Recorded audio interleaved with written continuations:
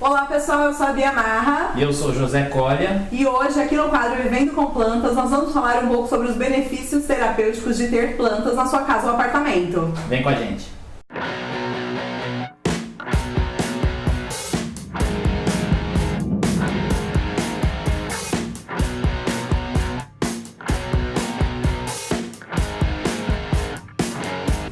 Nos últimos meses, as pessoas tiveram que ficar mais reclusas dentro das suas casas ou apartamentos. E eu li um pouco sobre o número de pessoas que passaram a se interessar mais por cultivar jardins dentro das suas casas. Fala um pouco sobre isso. É verdade, Bia. Agora, nesse período que as pessoas ficaram por mais tempo em casa, né, mais do que nunca, a gente teve um aumento muito grande na procura por esse assunto da jardinagem, cultivo de plantas, principalmente sobre horta. É muito frequente agora nos mercados de bairro o surgimento daqueles setores garden um pouco mais expressivos, né? Antes a gente via um vasinho ou outro, uma plantinha, agora a gente tem vários tipos de substrato, adubos específicos, né? Essa busca pelos assuntos de jardinagem tem aumentado bastante. Eu mesma, por exemplo, fui uma pessoa que passei a investir em plantas, então eu tenho lá as minhas plantinhas agora no meu apartamento. Estou vivendo os desafios do cultivo delas, mas horta especificamente é algo que me agrada bastante e que eu ainda não investi nesse segmento. Vamos falar um pouco então, Zé, sobre como essas plantas, né, as hortinhas, as plantas alimentícias, os temperos podem auxiliar as pessoas sob um viés terapêutico. O que você pode falar pra gente sobre isso? Hoje, o simples fato de você trabalhar manualmente com a terra, com as plantas, né, já te traz alguns benefícios, né? Do ponto de vista emocional, as pessoas acabam descarregando um pouco do estresse, né? Começam a ter outras relações, até na percepção do tempo de duração de uma flor, ou da abertura da flor, ou até a chegada do fruto, né? Isso quando a gente está falando, às vezes, até de um tomatinho cereja, que é muito fácil de cultivar em casa, todos esses processos a gente acompanha, é super prazeroso e traz alguns benefícios que é difícil da gente tangibilizar, mas que são verdadeiros e presentes na nossa vida. Hoje, se a gente for observar alguns casos específicos em hospitais, a gente tem o Hospital do Câncer de Barretos desenvolvendo pesquisas com plantas que são tóxicas às células cancerígenas que vão impedindo os processos de metástase, né? Temos vários tipos de aplicações das plantas, né, nos problemas que a gente tem hoje de saúde. E considerando esse viés mais terapêutico, Zé, nos seus projetos paisagísticos para os seus clientes, existe essa vertente? As pessoas procuram, quando te contratam, por exemplo, o desenvolvimento de um projeto específico que possa agregar não só a questão estética do jardim, mas também esse benefício mais terapêutico voltado à saúde, ao bem-estar? Hoje a procura por esse viés do projeto paisagístico ainda não é tão grande, mas é o nosso papel como profissional, né, do projeto de jardim, trazer à luz esses assuntos, e muitas vezes as pessoas não estão esperando que o jardim possa atendê-las até nessas dimensões, né, de saúde.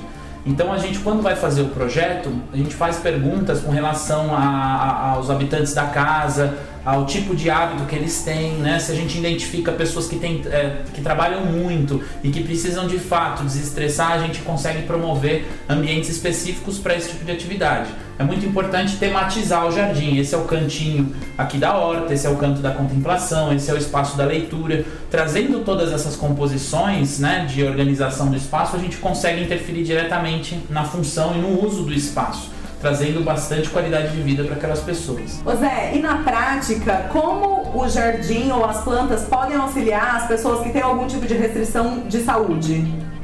Bom, principalmente naquelas pessoas que têm dificuldade de mobilidade, a gente precisa pensar que o jardim ele precisa oferecer equipamentos de trabalho, né, equipamentos de contemplação ou de atividades que precisam ser conectados à casa. Então, mais importante às vezes do que ter aquele ambiente formado é criar caminhos e pensar em como que essa pessoa pode acessar esse caminho. Muitas vezes pessoas que estão na situação de cadeira de rodas não conseguem chegar até um certo ponto do jardim, e aquelas que são mais idosas muitas vezes não têm tanta mobilidade, todo aquele universo de observação, passarinhos, flores desabrochando, aromas, sons, né? Tudo isso é tão rico e tão importante que a gente consegue, através de um bom projeto de paisagismo, amplificar um pouco esses efeitos dentro do cotidiano daquela pessoa.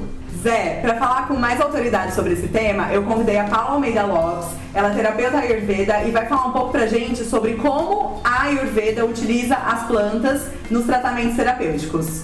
Conta pra gente, Paula. Oi Bia, oi Zé, obrigada pelo convite para eu falar um pouquinho sobre a Ayurveda e o uso das plantas, né, com esse viés terapêutico. A Ayurveda então é a ciência da vida, ou como eu gosto de chamá-lo, conhecimento da vida, e ela utiliza sim as plantas tanto como alimento, mas também como fitoterápicos e também nas terapias corporais.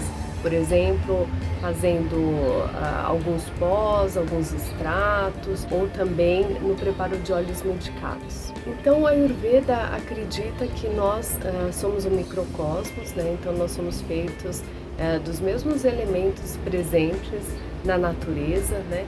E assim as plantas também. E daí que dessa visão, né? E sendo bem sucinta aqui, para eu não vou poder entrar muito nos detalhes, né?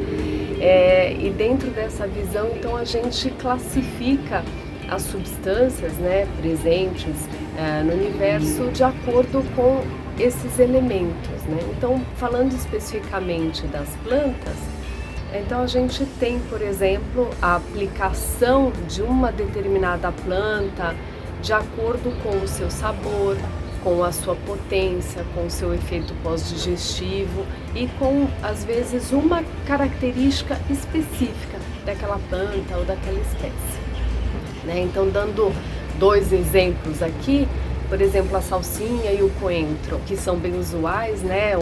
A salsinha muito mais aqui no Sudeste, o coentro muito mais no Nordeste, e a gente vai entender o porquê, né? Na verdade, a salsinha e o coentro, embora eles tenham um sabor predominantemente amargo, não só amargo, mas também amargo, eles têm uma potência, um efeito pós-digestivo diferente, né? Então, enquanto a salsinha, por exemplo, tem uma potência mais quente, o coentro já tem uma potência mais fria no nosso corpo, ele é mais resfriante, a salsinha já aquece, né? Então, o coentro, por exemplo, é muito bom para a gente tratar alguns processos em que a gente sente esse calor, ou às vezes febres, percebe? São plantas que têm aparência bem parecida, né? Mas elas têm características diferentes e têm princípios terapêuticos diferentes também, segundo a Ayurveda. Paula, muito obrigada pela sua contribuição e participação aqui no Contas Ordinárias. Foi muito bacana as informações que você trouxe pra gente, né, Zé? Foi muito legal.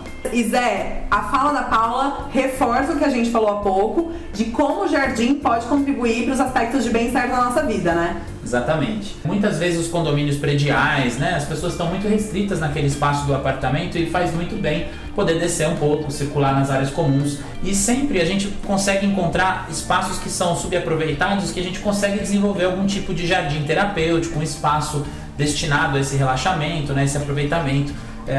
Por exemplo, canteiros que têm algumas ervas aromáticas essenciais para fazer chá, melissa, erva cidreira, até mesmo alecrim, manjericão, orégano, todo esse tipo de planta que pode fazer parte do nosso dia a dia culinário, agrega muito na questão da saúde. Inclusive, Zé, muitos projetos arquitetônicos mais modernos, eles já prevêem, né, desde a planta, os espaços zen, que são justamente espaços pensados para que os moradores ou seus usuários usufruam ali daquela área para descompressão, para momentos de relaxamento.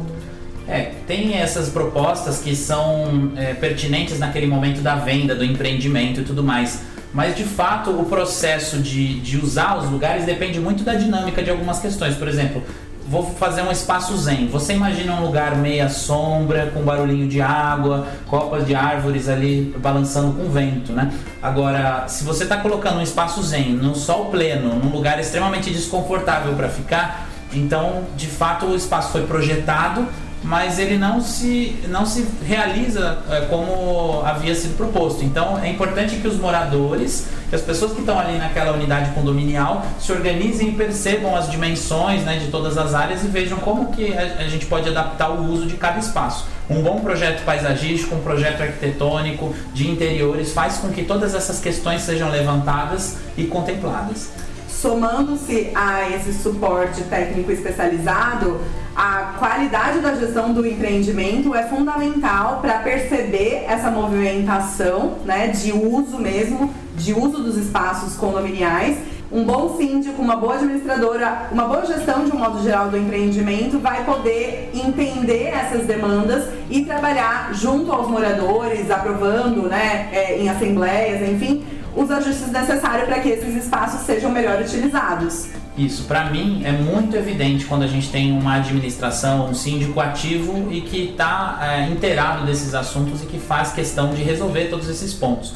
É constante os lugares que eu chego onde não tem menor interesse, onde as pessoas não estão unidas, envolvidas, a gente tem muitos problemas de relacionamento. Então essas pessoas que fazem parte da administração e da organização do condomínio, elas têm um papel importantíssimo nesse processo de melhora da qualidade dos ambientes e da saúde das pessoas. Zé, a gente falou bastante sobre os ambientes externos dos empreendimentos e dentro dos apartamentos. Como que as pessoas podem se adequar ou o que elas podem implementar para trazer um ambiente que proporcione mais bem-estar?